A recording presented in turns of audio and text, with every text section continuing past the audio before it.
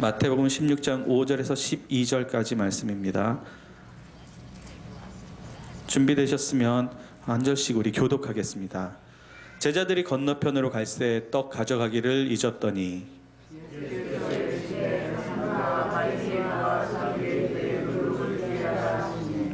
제자들이 서로 논의하여 이르되 우리가 떡을 가져오지 아니하였도다 하거늘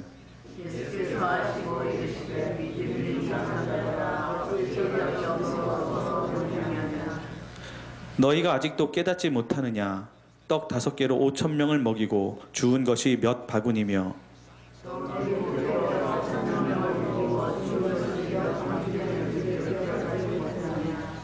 어찌 내 말한 것이 떡에 관함이 아닌 줄을 깨닫지 못하느냐?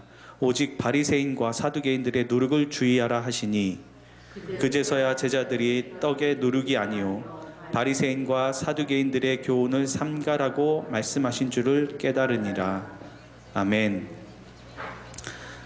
네, 오늘 날씨가 어제 비가 오고 바람이 불더니 많이 추워졌습니다.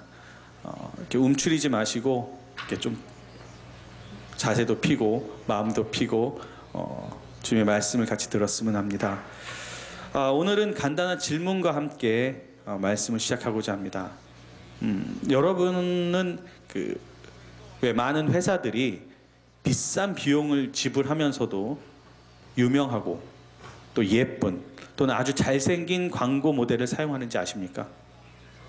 왜 많은 회사들이 분명히 그런 모델들을 사용하면 광고비도 올라갈 거고 또 광고비가 올라가면 제품 판매 단가가 올라가고 그렇게 되면 수익이 줄 수도 있는데 왜 많은 회사들이 비싼 모델을 사용하고 아니면 어떻게 해서든지 눈에 띄는 광고를 만들려고 할까요? 왜 그럴까요? 혹시 그 이유를 아십니까? 아마 기본적으로는 아마도 그 멋진 모델들이 이쁜 옷을 입거나 뭐 멋있는 신발을 신거나 그러면 저 사람이 입은 걸 보니까 멋져 보이는데 내가 입어도 저 사람처럼 이렇게 멋있어 보이지 않을까? 뭐 이런 생각이 들도록 만들려고 또 그렇게 해서 판매량을 늘리려고 그런 광고 모델을 기용하기도 하겠지만 사실은 여기에는 숨겨진 마케팅적인 분석이 있습니다. 이 마케팅적인 분석은 소비자의 시선을 붙잡고 또 어떻게 해서든지 이 붙잡은 소비자의 시선을 제품 판매로 연결시키려고 하는 방법인데 이때 이 마케팅적 분석의 시작은 선택적 주목이라는 현상에서 시작합니다. 선택적 주목. 이 선택적 주목이라는 말은 쉽게 말하면 이런 겁니다. 그러니까 어제까지는 방금 전까지는 아무 관심이 없던 물건인데 어느 순간 저게 멋지다라고 느끼거나 아니면 내가 필요하다고 느끼게 되면서부터 내가 필요하다는 것을 알게 되면서부터 갑자기 우리의 관심과 그 욕구가 막 상승하고 시선이 한 곳에 집중되는 현상, 이런 현상을 부르는 말이 마케팅에서 선택적 주목이라고 합니다. 예를 들어 어느 날 내가 새로운 신발이 필요하다는 것을 느끼는 순간부터 어제까지는 아니 조금 전까지는 제가 전혀 신발에 관심이 없었는데 갑자기 나의 신발이 그때부터 내가 신발이 필요하구나라는 걸 느끼는 순간부터 나의 시선이 자꾸 신발에 고정되는 현상, 이런 현상을 말합니다. 오늘 아침까지도 아무 생각 없이 그냥 평소처럼 내 신발 신고 나왔는데 어느 순간 갑자기 내 신발이 낡아 보이고 또 다른 사람들의 신발에 눈이 돌아가는 현상, 이런 현상을 선택적 주목이라고 부릅니다. 이 선택적 주목이 시작되면 그때부터는 우리의 시선, 우리의 관심, 우리의 생각, 우리의 말소리, 이런 것들이 다 그 선택적 주목이 된 신발에 쏠립니다. 흔히 하는 말로 한 곳에 꽂혔다, 뭐 이런 말을 하기도 하죠. 이 사람은 무슨 신발을 신었나? 저 사람은 무슨 신발을 신었나? 요즘 그 구두나 신발의 패션 트렌드는 어떤가? 가장 잘 팔리는 브랜드는 뭔가? 또 이런 것들을 생각하게 되고 대화도 신발에 관한 대화를 하게 되고 질문도 자꾸 신발에 대한 질문을 하게 됩니다. 바로 이럴 때 시선이 한 곳에 딱 꽂혔을 때 그때 그 시선을 확 끌어잡는 광고를 만들어서 20초, 30초 안에 소비자의 욕구를 확 자극하는 게 그게 바로 광고의 성공 전략입니다. 그렇기 때문에 많은 기업들이 비싼 돈을 주고 시선을 확 휘어잡는 광고를 만들고 또 모델을 좋은 모델, 멋진 모델을 기용하고 또 자신들에게 그 쏠린 시선을 놓치지 않으려는 그런 마케팅 전략을 사용하는 것입니다. 그리고 이 시선을 멈추고 우리의 눈과 마음을 고정시키는 이런 현상, 우리의 관심이 한쪽으로 쏠리는 현상, 이런 선택적 주목은 마케팅이나 광고뿐만이 아니라 사실 우리 삶의 주변에서도 아주 흔하게 일어납니다. 예전에 대훈이가 어렸을 때 한때는 대훈이의 모든 관심이 자동차에 쏠렸던 적이 있습니다. 이때 대훈이의 모든 선택적 주목은 완전히 자동차 한 가지였습니다. 대훈이는 지나가는 바퀴 모양만 봐도 그 바퀴가 어떤 차인지 알 정도였습니다. 대훈이의 모든 시선, 모든 관심, 모든 집중, 모든 흥미는 자동차였습니다. 그래서 대훈이는 장난감 자동차 모으는 게 오로지 낙이었습니다. 심하게 말하면 장난감 자동차가 대훈이의 삶의 이유이자 목표였습니다. 어제 장난감 자동차를 샀어도 오늘 또 사주면 또 땡큐입니다. 대훈이의 모든 관심은 자동차에 있기 때문입니다. 이때는 대훈이가 애교를 부리는 이유도 엄마 앞에서 아양을 떨고 또 뭐 공부하라면 공부를 하고 밥을 먹으라고 하면 밥을 먹고 모든 이유가 장난감 자동차를 하나 더 사기 위한 것입니다. 사실 장난감 자동차 말고 다른 장난감도 많고 뭐 비행기도 있고 로봇도 있고 총도 있고 남자애들이 갖고 노는 게 다른 게 많잖아요. 그런데 대훈이는 오직 장난감 자동차 하나에만 집착했습니다. 한참 심할 때는 그 장난감 자동차나 차 브랜드 비슷한 단어만 나와도 자동차 브랜드 비슷한 이름만 나와도 대훈이의 귀에는 자동차로 들렸습니다. 다 자동차로 들렸습니다. 그 집중과 집착이 사실 대단하긴 한데 한편으로 그 아빠로서 제 마음은 좀 안타까웠습니다. 너무 다양한 걸 못 보니까. 근데 오늘 본문에서도 우리가 함께 읽은 본문에서도 우리는 예수님의 안타깝고 답답한 마음을 읽을 수 있습니다. 예수님이 주려는 것과 제자들이 생각하고 있는 것, 제자들이 붙잡으려는 것, 이것이 너무 달랐기 때문에 예수님은 답답해 하실 수밖에 없어 보입니다. 예수님은 삶의 교훈과 진리를 말씀해주고 싶었는데 제자들은 오로지 그들의 선택적 주목은 오로지 먹고 사는 것, 빵에만 집중되어 있었기 때문입니다. 아니면 예수님의 가르침보다는 자신들의 삶이나 자신들의 실수에 온통 생각이 쏠려 있었기 때문에 예수님이 무엇을 말씀하고 싶은지 또 예수님이 무엇을 가르쳐주고 싶은지 예수님의 제자들은 알아듣지를 못했습니다. 예수님의 말씀을 똑바로 듣지도 못하고 예수님이 원하는 것을 알아듣지도 못했습니다. 그들의 머릿속에는 온통 다른 것이 가득했기 때문에 예수님의 진정한 가르침이 들어갈 자리가 없었던 것입니다. 오늘 본문에서 예수님은 배를 타고 이동하고 계셨습니다. 배 위에서 예수님은 이런 말씀을 하십니다. 바리새인과 사두개인들의 누룩을 주의하라.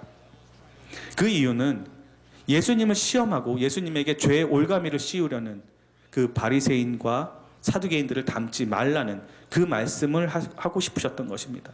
그들처럼 살지 말라는 말씀을 하시고 싶었던 것입니다. 그런데 예수님의 제자들에게는 이 예수님의 말씀 속에 있는 누룩이라는 단어만 들렸던 것 같습니다. 바리새인도 사두개인도 주의하라 이 말도 다른 단어는 안 들린 겁니다. 그 이유는 예수님의 제자들의 그들의 선택적 주목이 오로지 빵에만 쏠려 있었기 때문입니다. 원래 누룩은 빵을 만들 때 사용하는 것이었죠. 사실 제자들은 그날 배에 오르면서 빵을 가지고 오는 것을 깜빡했습니다. 마음속에 찔리는 게 있었던 거죠. 그런데 예수님이 오르시고 얼마 안 돼서 바리새인과 사두개인들의 누룩을 주의하라는 말씀을 하시자 이들은 깜짝 놀랍니다. 예수님이 어떻게 하셨지? 우리가 빵을 깜빡한 걸 어떻게 하셨지? 뭐라고 말씀드리지? 혼날지도 모르는데 뭐라고 말씀드리지? 아마 이런 생각을 했나 봅니다. 이 모습을 보신 예수님은 기가 막히셨습니다. 참 이 친구들 아직도 나를 모르네. 나를 이렇게 모르네. 아마 예수님은 어이없고 황당했을 수도 있고 한편으로는 아마 이랬을 수도 있습니다. 야, 너희 속이 다 보인다. 너희가 무슨 생각을 하는지 다 보이는구나. 너희 속이 다 보여. 이렇게 생각하셨을 수도 있습니다. 우리도 마음에 찔리는 게 있거나 부담스러운 게 있으면 지금 그 얘기를 하고 있는 게 아닌데 괜히 나 혼자 찔려서, 우리끼리 찔려서 혼자 당황해서 말을 잘못 알아듣거나 묻지도 않았는데 내가 혼자 찔리는 얘기를 하는 경우가 실제로 많습니다. 지금이 딱 그런 경우입니다. 근데 여기서 우리는 잠깐 예수님이 배에 오르기 전까지 무엇을 하셨나를 돌아볼 필요가 있습니다. 오늘 본문은 마태복음 16장입니다. 그런데 마태복음 15장에는 예수님이 빵 7조각과 물고기 2마리를 가지고 4,000명을 먹이신 사건이 나옵니다. 그리고 그 앞장인 14장, 마태복음 14장에는 빵 2조각과 물고기 2마리로 5,000명을 먹이신 사건, 그 유명한 오병이어의 기적이 나옵니다. 이미 예수님은 제자들에게 먹고 사는 것 때문에, 빵 때문에 걱정할 필요가 없음을 보여주셨습니다. 그런데도 제자들의 초점은, 제자들의 관심은 아직도 빵에만 있는 것입니다. 아니면 그 제자들은 그들이 실수한 게 빵을 놓고 온 게 너무나 마음이 쓰여서 온통 거기에 신경이 쏠려서 이렇게 예수님의 말씀을 못 알아들었을 수도 있습니다. 그리고 이 배에 오르기 바로 전까지 바리새인들과 사두개인들이 예수님을 찾아와서 예수님에게 하늘로부터 오는 표적을 보이라고 하면서 예수님을 시험합니다. 그때 예수님은 이 바리새인과 사두개인들에게 하늘을 보고 어떻게 날씨는 분별하면서도 이 시대의 표적은 분별하지 못하는가 라고 하시면서 그들을 떠나십니다. 그리고 지금 배에 타신 것입니다. 그리고 이 바리새인들처럼 사두개인들처럼 예수님을 시험하고 음식 맛보듯이 간보듯이 그런 거짓 종교인이 되지 말라고 하시면서 그들의 누룩을 조심하라고 말씀하시는 상황입니다.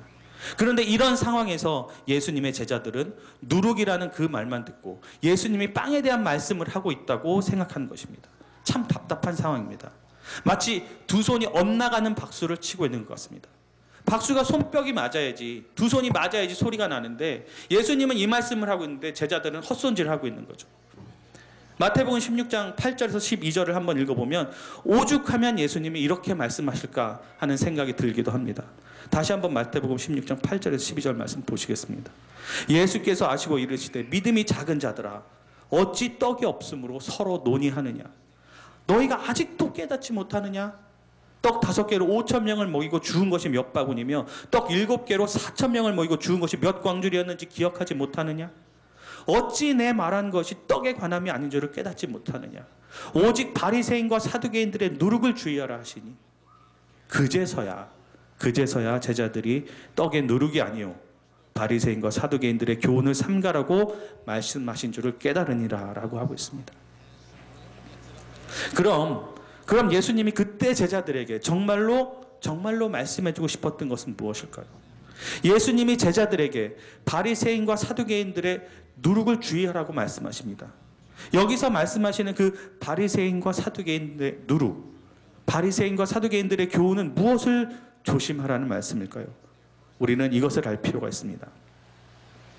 여러분이 아시다시피 바리새인들은 율법주의자들입니다. 여러 가지 전통과 율례를 만들고 그것을 따르고 지키는 것을 정말로 중요하게 생각하는 사람들입니다. 아주 대표적인 종교인이라고 할 수가 있습니다. 하지만 안타까운 것은 많은 바리새인들이 종교적인 규례를 지키고 그들의 삶을 율법의 테두리 안에서 잘 만들어가는 것처럼 보였지만 그들의 겉모습을 보면 종교적으로 아주 높은 수준의 삶을 사는 것처럼 그렇게 보였을 수도 있지만 그래서 그들이 종교인이 될 수 있을지는 몰라도 참 신앙인이 아니었을 수도 있습니다. 그렇기 때문에 실제로 예수님은 복음서의 많은 곳에서 바리새인의 외식과 위선을 주의하라는 말씀을 하십니다. 그들의 겉모습은 잘 훈련되고 숙달된 신자였는지는 모르지만 그들의 진짜 속마음은 그렇지 않았다는 것입니다. 그들은 그들의 규례와 그들이 여태까지 알고 있던 상식, 그런 종교적인 상식을 뛰어넘는 참 진리를 선포하시고 또 그것을 가르치시는 예수를 시험하고 의심하고 간보고 공격하는 또 새로운 진리와 그 질서를 받아들이기 힘들어하는 그 당시에 기득권 세력이었던 것입니다. 그리고 사두개인들은 어떻습니까? 제사장 족속이고 당시 유대의 귀족들이었습니다.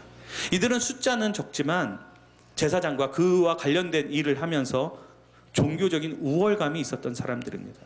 하지만 이들 역시도 종교적인 위치에서 얻어낼 수 있는 부귀, 영화, 금전적인 정치적인 이익에만 주로 관심이 있었던 사람들입니다. 이 두 부류, 바리새인과 사두개인들, 이 두 부류 모두 정치적인 사람들입니다. 어떻게 하면 정치적으로 또 종교적으로 높은 위치, 강한 세력을 차지할까 하면서 경쟁을 하던 사람들입니다. 이런 사람들에게 진정한 관심은 하나님의 나라도 메시아도 아니었습니다. 그렇기 때문에 그들의 기득권을 위협하고 새로운 진리와 질서를 선포하는, 또 그걸 가르치는 예수님을 그들은 공공의 적으로 치부하고 어떻게 해서든 죽이려고 했던 것입니다. 예수님은 제자들이 이들처럼, 이 바리새인들과 사두개인들처럼 종교적인 사람, 겉으로만 종교적인 사람, 자기의 이득만 노리는 정치적인 사람, 이런 사람들이 되는 것을 우려하셨습니다. 진정으로 하나님 나라를 위해서 살게 하고 자신을 희생하게 하고 다른 사람을 섬기게 만들고 싶었습니다. 겉과 속이 다른 사람이 아니라 언제 어디서든지 신실하고 진실된 진정한 예수님의 제자, 진정한 참 신앙인이 되기를 원하셨습니다. 그래서 이들을 닮지 말라고 말씀하시는 것입니다. 그리고 이 말씀은 지금의 시대를 사는 우리에게도 주시는 예수님의 메시지입니다. 예수님은 우리가 삶 속에서 참 신앙인이 되기를 바라십니다. 겉모습만 주님을 따르는 종교인이라고 불려지는 그런 사람이 되지 말라고 말씀하십니다. 주일이면 교회 가고 성경 구절도 많이 알고 다른 사람 앞에서 다른 사람 만나면 나 예수 믿는다라고 말을 하고 정말 그렇게 살다가도 정말로 손 벌리고 도와줘야 될 때가 되면 뒷걸음질 치고 먼저 나서서 정말 교회를 위해서 주님을 위해서 일할 때가 되면 눈치 보면서 슬슬 빠지는 그런 겉모습뿐인 종교인이 되지 말라고 말씀하시는 것입니다. 예수를 믿는다고 해서 내가 예수를 믿는다고 말하면 천국 간다고 하니까 예수를 믿는다고 해서 천국은 가야겠고 내가 얻을 수 있는 칭찬과 관심과 이득은 얻어야겠지만 삶에서 예수로 인해서 받게 되는 손해는, 그런 손실은 제발 없었으면 좋겠는 그런 이중적인 삶의 자세를 담지 말라고 말씀하시는 것입니다. 우리는 오늘도 우리에게도 주시는 이 예수님의 가르침을 기억하고 우리 삶 속에도 정말 참된 신앙인이 아닌 그저 그런 종교인의 모습, 그런 종교인의 모습이 있지는 않은지 돌아봐야 할 것입니다. 그런데 예수님은 바리새인과 사두개인들을 닮지 말라고 말씀하시면서 이들을 누룩으로 말씀하십니다. 그 이유는 뭘까요? 왜 예수님은 이들을 누룩이라고 말씀하셨을까요? 그 이유는 쉽게 번지고 또 쉽게 부푸는 아마 그 누룩의 성질 때문일 것입니다. 우리가 아이들을 키우고 가르치다 보면 참 신기한 것이 있습니다. 좋은 말, 좋은 습관, 좋은 행동 정말 여러 번 반복하고 아무리 가르쳐도 이 좋은 습관을 만들기는 정말 힘듭니다. 근데 하지만 나쁜 말, 나쁜 행동, 나쁜 습관은 가르치지 않아도 잘 배웁니다. 잘 습득합니다. 한 번 습관화된 나쁜 것들은 또 잘 고쳐지지도 않습니다. 누룩은 어떻습니까? 누룩은 곰팡이의 한 종류입니다. 여러분 아시다시피 곰팡이는 잘 번집니다. 그리고 한 번 생긴 곰팡이 자국은 잘 지워지지 않습니다. 벽에 생긴 곰팡이 자국을 지우려면 페인트를 다 벗겨내고 다시 칠해야 합니다. 또 옷에 곰팡이가 생기면 아무리 빨아도 그 옷에 있는 곰팡이 자국은 지워지지 않습니다. 예수님은 그렇기 때문에 누룩이라는 표현을 사용하신 것입니다. 종교적이고 정치적인 그 바리새인과 사두개인 같은 나쁜 습관이 절대 우리 안에 들어오지 않도록 애초부터 우리 삶을 잘 차단하기 원하시기 때문에 바리새인과 사두개인의 누룩을 조심하라고 말씀하신 것입니다. 또 그리고 더불어 주의해야 할 것은 이런 욕망과 욕심이 한번 들어오면 한번 죄의 유혹에 빠져서 그 죄의 맛을 보게 되면 이것은 부풀고 번지기 쉽다는 것을 기억해야 합니다. 누룩처럼 이 죄의 맛은 생각보다 쉽게 부풀고 우리의 삶과 우리의 생각 속으로 금방 번집니다. 이러지 말아야지, 이래서는 안 되지 라고 하면서도 그 곰팡이 흔적이 눈에 보이는데도 그것은 번져나갑니다. 끊어야지 하면서도 쉽게 끊어지지 않는 것이 바로 이 죄의 맛입니다. 오늘 예수님은 우리에게 이 죄의 맛이 얼마나 번지기 쉬운지, 얼마나 쉽게 부푸는지 누룩을 통해서 경고를 주십니다. 우리는 이 누룩의 경고가 결코 가벼운 경고가 아님을 기억해야 합니다.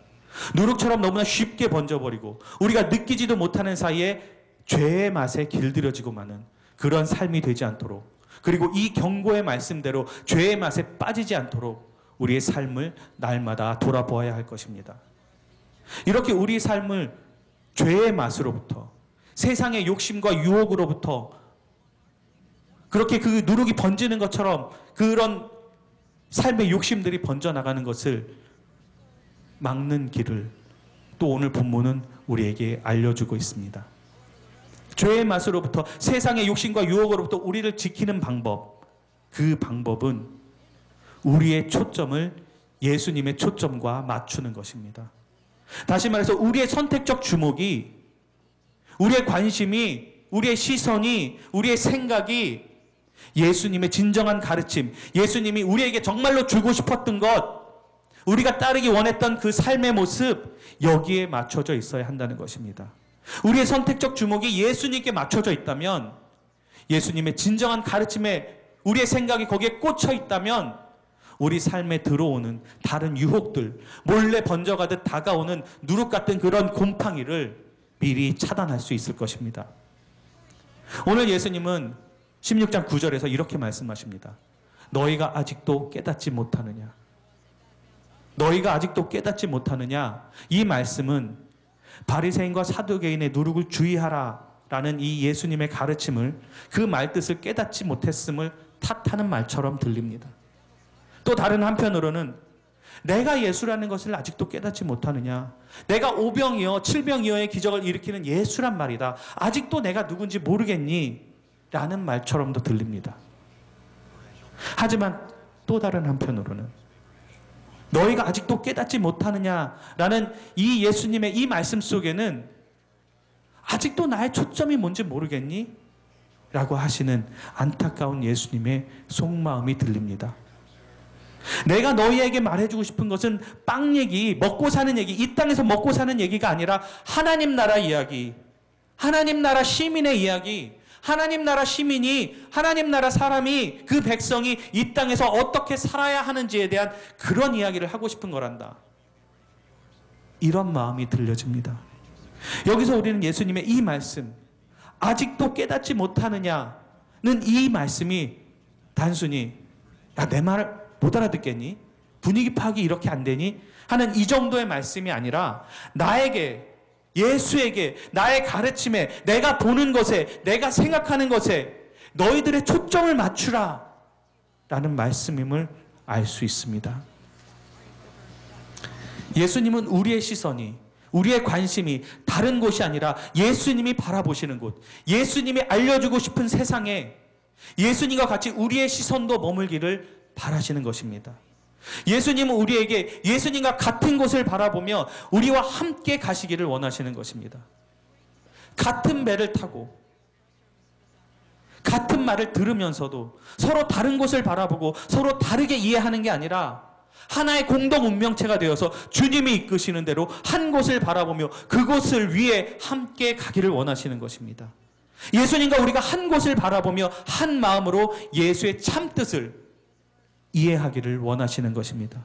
이 말을 확대하면 예수님은 우리 교회에도 예수님과 초점을 맞추기를 원하신다는 것을 알 수 있습니다. 주님은 언제나 교회에 대해서도 하나가 되기를 원하십니다. 한 마음, 한 뜻으로 한 곳, 같은 곳을 바라보며 우리 교회가 나아가기를 원하십니다. 고린도 교회에 하신 말씀에도 우리 교회가 모두가 같은 말을 하고 같은 마음과 같은 뜻으로 온전히 하나 되기를 원한다고 고린도 교회도 그렇게 말씀하고 있습니다. 주님은 우리가 서로가 초점을 맞추기를 원하십니다. 예수님께서 우리에게, 예수님과 우리가 초점을 맞추기를 원하셨듯이 우리 교회 모두가 예수님과 초점을 맞추고 또한 우리 서로가 초점을 맞추고 그렇게 살아가기를 원하십니다. 주님은 오늘 말씀을 통해서 우리에게 초점을 맞추기를 원하십니다. 우리 모두의 선택적 주목을 주님께 맞추고 주님께 바로 맞추고 우리의 모든 시선과 관심과 우리의 모든 동기와 우리의 모든 흥미와 우리의 모든 삶의 초점을 주님의 말씀에 초점을 맞추고 주님과 같은 곳을 바라보며 주님의 참뜻을 이해하며 주님을 위해 살아가라고 말씀하십니다. 그리고 우리 각자가 우리 한 사람 한 사람이 또 우리 교회가 또 우리 서로가 이렇게 주님과 초점을 맞추고 살아갈 때 주님과 같은 곳을 바라보며 나아갈 때 주님께서 예배하신 놀라우신 복이 또 풍성한 은혜가 우리 삶과 우리 교회에 넘치도록 부어질 줄로 믿습니다. 우리 다 같이 기도하시겠습니다.